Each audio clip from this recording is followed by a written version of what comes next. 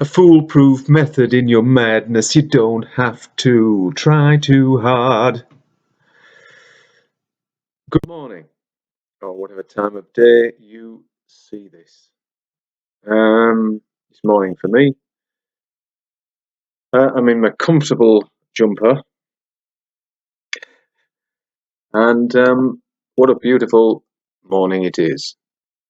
It was a little bit overcast around 7:30, but now it being just gone 10:30, it's sun's come out. It's very nice. Anyway, enough of that. Now, there are still lots of people labouring under the false notion that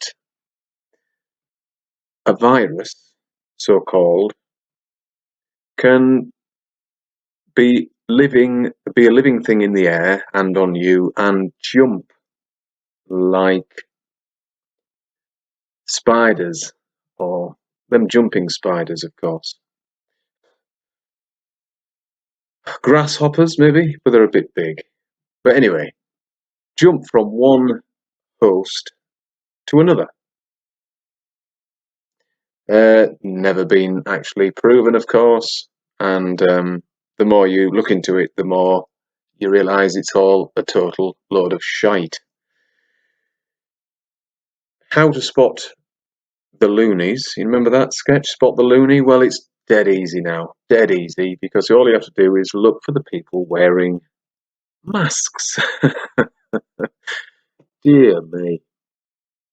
Anyway, they're just, misinformed people. Now, years ago, and I was a child or a teenager or some point in my development like that, but I remember it distinctly because it could have been on Blue Peter or some such program aimed at children,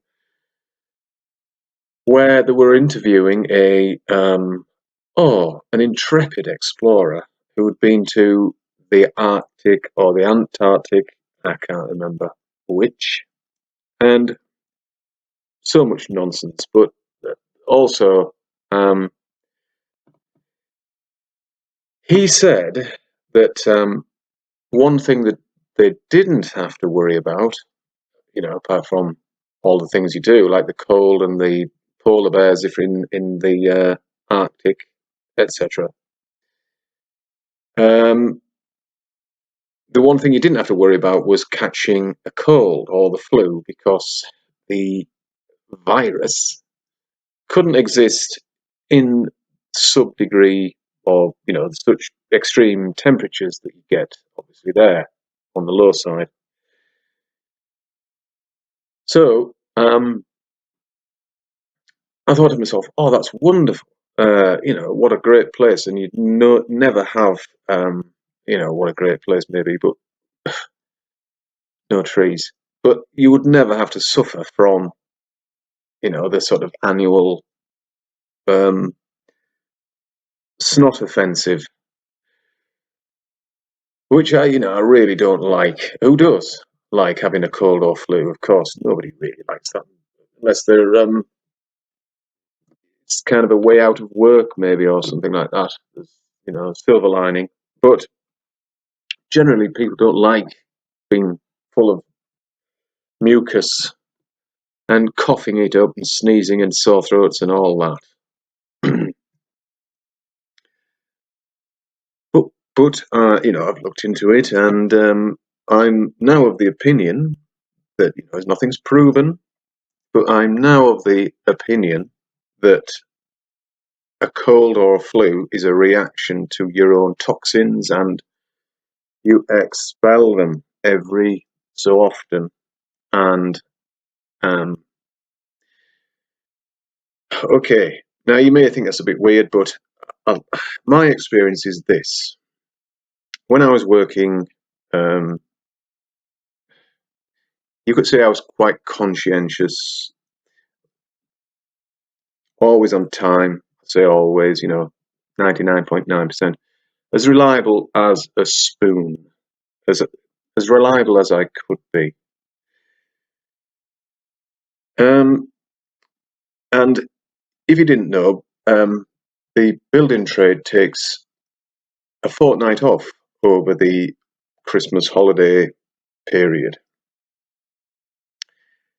And I would obviously subconsciously wait until that time and then have a flu or a cold. It used to happen more or less every year. So that's another reason that I don't like Christmas, but because it's always this thing, always ill, or usually anyway. Sometimes just a little afterwards, but before I went back to work. That was the kind of usual routine that I got into. So if if this thing is a virus and you were catching it, it was there, it was airborne or some close contact with people or whatever, then you wouldn't wait until whatever this thing would react with you, and you'd be coming down with a cold or flu there and then. So that's my experience of it.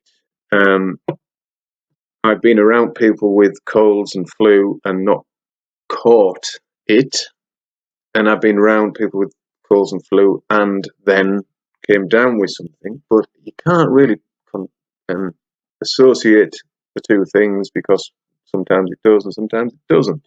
And the fact that you are around people with colds and flu and it all seems to happen at a particular time of year for people, then it's just okay. It could be something like this also, that you don't actually catch the flu or the cold off this person who is suffering, but somehow in your subconscious that this is coming, because it's an annual also event, biannual maybe if you're lucky, and it's a kind of sympathetic response, or whatever you may call it. So you see somebody in the full stream of a cold or flu, and then your subconscious says, "Oh yeah, we'll have to do that," and there it happens. But it's all just speculation on my part. But the research is very well. It's certainly changed my mind over to not catching anything, because that's just nonsense. Really, it really is nonsense. And look into it yourself. Thought I'd just insert this here. A couple of years ago, whilst in the shed, one night, it was a stormy night, and it was pitch dark outside. There was minimal light in the shed. When you look into the darkness, you've got light behind you, or in the room. It looks darker outside, but anyway, it was very dark. I held the camera up against the pane of glass, and waited for a lightning strike. And because I've been seeing them, obviously, I just anyway, yeah. And I captured one, and I've just sort of come across it now again. I think I actually posted it a while ago. So, and I just posted it, and that was that. And I'll show you it in real time, and then I'll show you it slowed down, and then down again to the lowest time I could slow it down twice, and then I'll show you it in stills, of just the stills I could extract from whatever software is provided. Just as a matter of interest, I know it won't interest a lot of you. Fast forward, delete, whatever. But for those who are interested, for me, it's interesting because everything lights up. It's daylight. It's better than daylight. In fact, the first frame of the camera footage shows that. The first one is just blackness, I'm afraid. I couldn't cut it down, it wouldn't let me. And then the second one is just white, and there's no camera trickery. It's just recorded as it occurred. So then you can see in the stills just what I'm talking about. The more anyway, you get a better chance to see the sky absolutely just clear light.